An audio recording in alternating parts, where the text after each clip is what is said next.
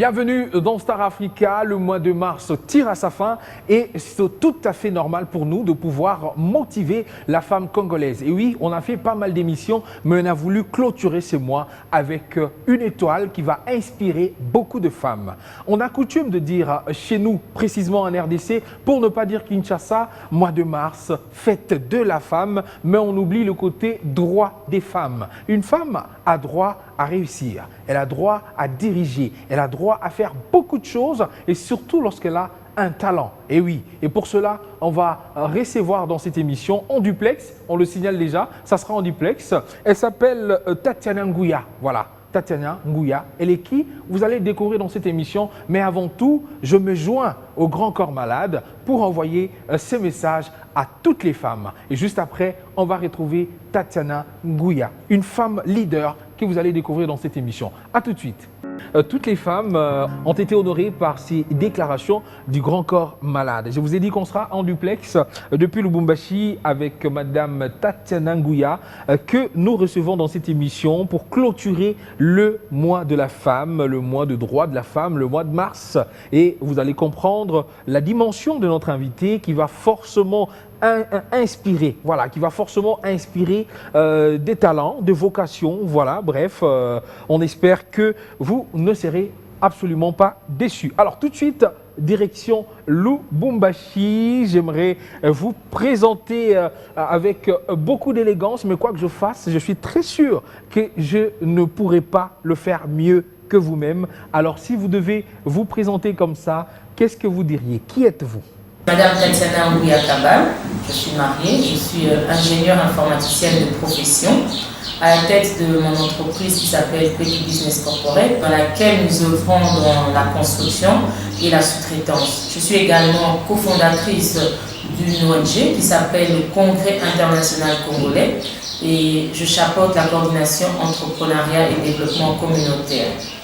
Alors donc dans la construction, nous avons la conception, on conçoit des plans, on a la réhabilitation, nous fournissons également des équipements de construction. Est-ce que c'est facile pour vous, qui êtes une femme, de pouvoir diriger une entreprise? Et le secteur d'ailleurs dans lequel vous êtes, de la construction et autres, c'est un milieu assez masculin, assez, voilà, bon, excusez-moi hein, si je dis assez masculin, mais on a vu que la plupart du temps, les femmes n'y vont pas vraiment dans ce secteur-là. Est-ce que c'est facile pour vous de diriger une telle entreprise ou d'être à la tête d'une telle entreprise? Oui et non, parce que tous les jours, nous faisons face à des défis différents, mais je crois que lorsqu'on est une personne compétente, la question du sexe ne se pose pas. Le plus important, ce n'est pas d'être une femme ou un homme, mais c'est la compétence qui prime.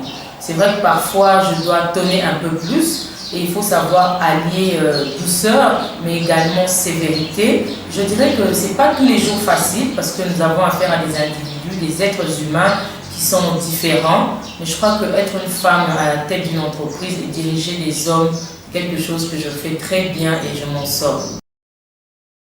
On a toujours l'habitude de dire que moi si ndabomakande konaye moi si. La femme elle-même ne croit pas à l'autre femme. Peut-être que vous faites partie des exceptions, mais personnellement, quelle est la place que vous donnez à la femme dans votre entreprise ou dans la vie de tous les jours? Les hommes ou même certaines femmes ont tendance à penser que la place de la femme, c'est dans le foyer, c'est garder les enfants, le travail social, entre guillemets, des tâches assez légères, si je peux dire ça comme ça. Mais dès l'instant où on parle de mécanique, de science, d'environnement, de pouvoir, on attribue ça aux hommes. La place de la femme dans mon entreprise, comme le terme égalité de chance, c'est un mot qui me tient à cœur. Lorsque j'ai deux candidats à compétences égales, moi je privilégie les femmes. Tout simplement parce qu'elle a la compétence et nous sommes dans un environnement, dans un pays où on n'a pas su mettre la femme à sa place. Ce qui fait que lorsque nous avons la possibilité, l'opportunité d'encourager les femmes qui sont compétentes dans mon entreprise, c'est connu, compétences égales, je privilégie les femmes. Comme chaque année, on donne toujours des thèmes et le thème national de la RDC, je pense que vous le connaissez d'ailleurs par cœur. Qu'est-ce que vous pouvez dire par rapport à ce thème qui a été mis en place comme ça pour notre pays carrément? Alors, le thème a été très bien choisi. Je vais m'appesantir sur deux axes. Je crois que la COVID-19 a mis en exergue les faiblesses de notre système de santé, en RDC personnellement, mais également l'insuffisance de compétences dans le domaine du numérique. Et là encore, ce sont les femmes qui ont été le plus touchées. Mais les femmes sont à féliciter parce qu'elles ont fait preuve de force, de courage, de résilience. Tous les matins, les femmes sortaient à la recherche d'un pain pour les enfants. Et là, les femmes étaient encore animées d'une seule pensée, subvenir aux besoins du foyer. Et même dans le système sanitaire, les femmes, elles étaient là, personnel, aides-soignants, techniciens de surface. Les femmes, encore une fois de plus, relevé le défi. Alors, est-ce qu'on peut dire que ce choix de thème est adapté à notre pays, ou ce choix de thème, est-ce qu'on peut dire aussi que ce choix de thème est valable pour ce pays? Parce qu'on peut donner un thème qui est carrément thème parce qu'on voulait juste donner un thème. Est-ce que ce thème, et le choix même de ce thème, est-ce qu'elle correspond à la RDC? Est-ce que ce thème correspond à la RDC? Alors le choix porté sur le thème national, international est un thème qui a vraiment sa place dans un pays comme la RDC, parce qu'une fois de plus, lorsqu'on s'appuie sur l'article 14 de la Constitution, il est recommandé, la Constitution impose que les femmes se retrouvent dans les postes de prise de décision dans le secteur culturel, économique, social et même en politique. Alors il faudrait que les Congolais et les Congolaises s'approprient justement le thème du 8 mars, non pas seulement pour le mois de mars, mais tout simplement pour faire en sorte que le leadership féminin émerge dans notre... Alors, le message, quel est votre message pour toutes les femmes qui sont en train de regarder Star Africa? Aujourd'hui, on vous a reçu, vous, comme une étoile du leadership féminin, pour inspirer aussi d'autres femmes qui voudront regarder bien sûr ce programme. Quel est le message pour ce mois de mars, bien qu'il tire à sa fin, le message à toutes les femmes de Tatiana Nguya? Les femmes, vous avez votre place à la table où les décisions se prennent. Tout simplement parce que nous avons une plus-value à apporter en termes de compétences et en termes d'intelligence. Les femmes doivent avoir suffisamment confiance en elles. Ce n'est pas facile. On avance, on tombe, on rencontre des difficultés, mais il y a cette résilience. Se dire aujourd'hui ça n'a pas donné, mais demain ça ira mieux. Et aussi les femmes doivent investir davantage dans le renforcement de capacités.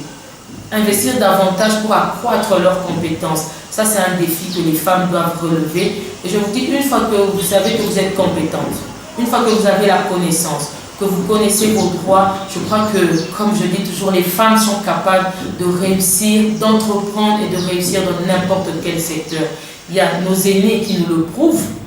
Nous sommes là, nous faisons partie de cette nouvelle vague du leadership féminin.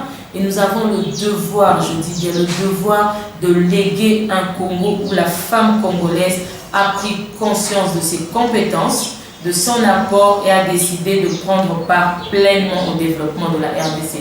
Femme congolaise impose ton leadership. Voilà, merci beaucoup. On espère avoir fait passer un message. On espère avoir motivé pas mal de femmes congolaises à faire mieux, à pouvoir exceller, à être des leaders, à démontrer qu'elles sont talentueuses et qu'elles sont capables de faire de grandes choses. Une autre chanson qui met toujours en valeur le courage de la femme, le combat que la femme est en train de mener, c'est avec cette chanson que nous allons nous dire au revoir. Merci beaucoup à Mon Médecin, l'application Médecin des familles Mon Médecin, c'est comme ça qu'on dit. Mon Médecin, c'est une plateforme qui vous met en contact direct avec vos médecins. Voilà, ils vont vous soigner comme ça, de manière assez particulière, et vous pouvez peut-être retrouver l'un de vos anciens médecins qui y fait partie maintenant, qui se retrouve dans cette structure Mon Médecin. Parce que c'est une application, mais son rôle, c'est de vous mettre en contact avec un médecin qui pourra suivre votre santé, que ce soit à la maison ou en cabinet. Ils sont disponibles pour vous. Merci à Vlisco, merci à Tristan Moudefo pour le montage, Daro Mikisi privé, donc merci beaucoup. Merci aussi à Yann Kabangou et sans oublier Olivier Mbaya. Merci. Alfi Fouta, on te salue aussi, donc merci. C'est la grande famille, on continue, on inspire et on demande à toutes les grandes femmes, allez-y, encore plus fort, encore plus haut. On s'arrête par ici et on se quitte avec cette belle